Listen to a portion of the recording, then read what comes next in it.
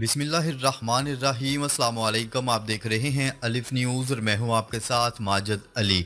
शामिल करते हैं पाकिस्तान और दुनिया भर से ब्रेकिंग न्यूज़ हेडलाइंस। भारत की सरहदी मशकें, पाकिस्तान के करीब रात के वक्त बड़ी मिलिट्री सरगर्मियां।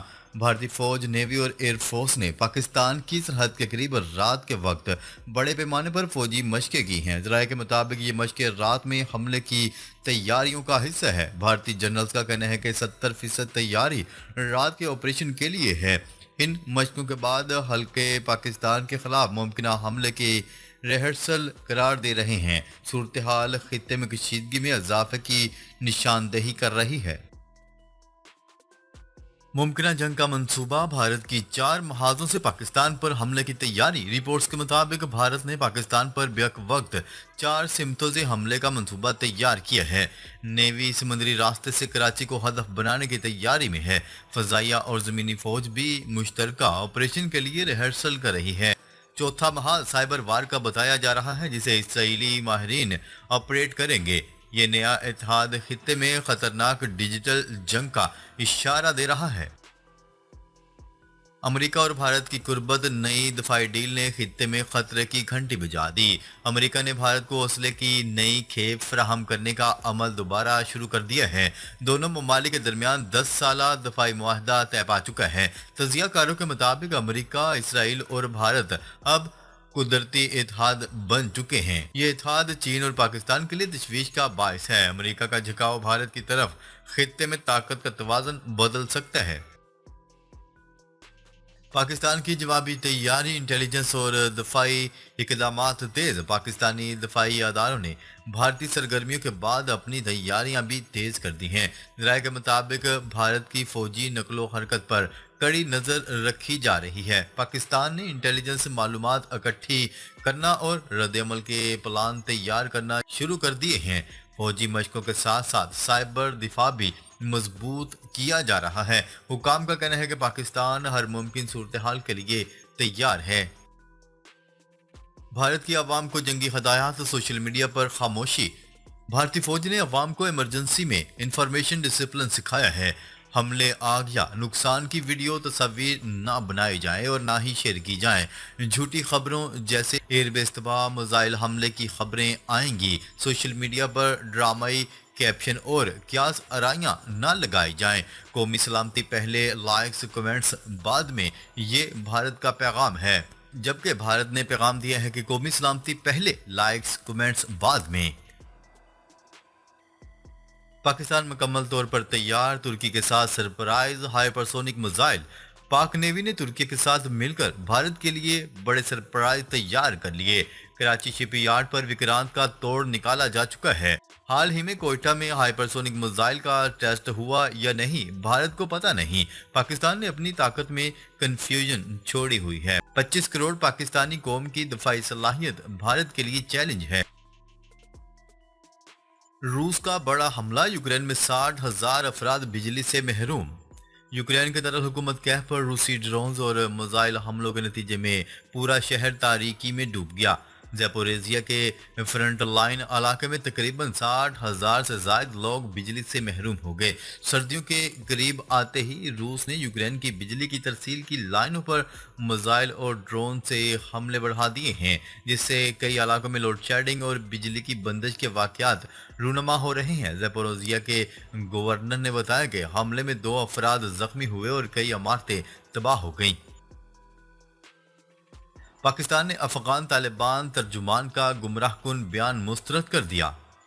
पाकिस्तान ने अफगान तालिबान तर्जुमान के इस्तंबुल मुज़ाकरात से मुतल्लिक बयान को गुमराहकुन और हक़ाइक़ के मुनाफी करार देते हुए सख्ती से मुस्तरद कर दिया। वज़ारत इत्तलात ने एक बयान में कहा कि अफगान तालिबान के तर्जुमान ने मुज़ाकरात के हवाले से हक़ाइक़ को तोड़ मरोड़ कर पेश किया। जबकि पाकिस्तान का मौक़िफ़ वाज़िह, मुस्तकिल और रिकॉर्ड पर मौजूद है। वज़ीर दिफा ख्वाजा आसफ ने भी अफगान तालिबान के बयानात को झूठ करार देते हुए कहा कि पाकिस्तान सरहद पार दहशतगर्दी के खिलाफ फैसला कून इकदामात जारी रखेगा। अफगान तालिबान के झूठे बयानात से हक़ाइक़ नहीं बदलेंगे। غزہ جنگ بندی معاہدے کی خلاف ورزیاں جاری، اسرائیلی حملوں میں مزید 5 فلسطینی شہید۔ غزہ میں اسرائیل کی جانب سے جنگ بندی معاہدے کی مسلسل خلاف ورزیاں جاری۔ پچھلے 24 گھنٹوں کے دوران اسرائیلی حملوں میں مزید 5 فلسطینی شہید ہو گئے۔ فلسطینی محکمہ صحت کے مطابق جنگ بندی سے اب تک اسرائیلی خلاف ورزیوں میں 226 فلسطینی شہید جبکہ 594 زخمی ہوئے۔ غزہ میں ملبے سے مزید 17 فلسطینیوں کی لاشیں بھی ملی ہیں، جس کے بعد اب تک ملنے والی لاشوں کی تعداد 500 ہو چکی ہے۔ تباہ ہونے کی صورت میں مزید طاقت کے ساتھ جوہری تنصیبات کی تعمیریں نو کریں گے ایرانی صدر۔ ایرانی صدر مسعود پزشکیان نے اعلان کیا ہے کہ ایران مزید طاقت کے ساتھ جوہری تنصیبات کی تعمیریں نو کرے گا۔ سرکاری میڈیا کو انٹرویو دیتے ہوئے مسعود پزشکیان کا کہنا تھا کہ ایران جوہری ہتھیار حاصل کرنے کی کوشش نہیں کر رہا۔ تنصیبات اور کارخانوں کو تباہ کرنا ہمارے لیے کوئی مسئلہ نہیں پیدا کرے گا، ہم انہیں پہلے سے زیادہ مضبوطی کے ساتھ تعمیر کریں گے۔ چند ہفتے قبل بھی ایرانی صدر نے کہا تھا کہ اگر ہماری جوہری تنصیبات تباہ بھی کر دی جائیں تو ہماری صلاحیتیں ہمارے ذہنوں میں محفوظ ہیں اور ہم انہیں کسی بھی صورت میں دوبارہ تعمیر کریں گے۔ آپریشن سندور کی ناکامی پر مودی کی خاموشی، اپوزیشن نے آڑے ہاتھوں لے لیا۔ بھارت کے آپریشن سندور میں ناکامی پر اپوزیشن رہنماؤں کی مودی سرکار پر شدید تنقید جاری۔